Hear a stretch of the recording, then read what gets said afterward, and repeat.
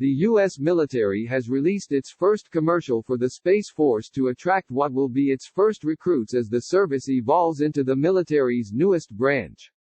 Its message to new recruits: maybe your purpose on this planet isn't on this planet. The short but powerful message rounds out a brief 30-second commercial aimed at showing viewers what a job with the Space Force could look like. In 2018, President Trump directed the Pentagon to begin planning for a new, independent military service that would focus on space operations. The U.S. Space Force was signed into law in December 2019 as part of the 2020 National Defense Authorization Act. The first scene of the commercial depicts a young man with a traditional, high and tight, haircut gazing at the stars, while the narrator states, "Some people look to the stars and ask, what if? Our job is to have an answer.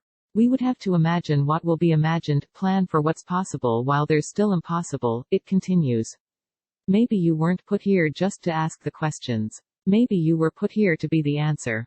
Throughout the video, scenes of people in uniform walking around a launch pad, watching a rocket launch, and monitoring satellites in orbit could be seen, hinting at potential roles for soldiers of the Space Force.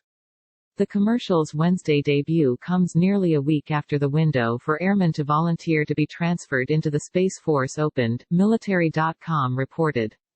The video was also released just weeks before Netflix is set to air its new sitcom based on the Space Force starring Steve Carell of The Office, on May 29.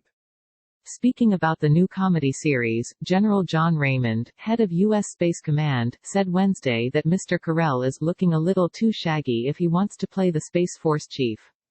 "The one piece of advice that I would give to Steve Carell is to get a haircut," General Raymond said.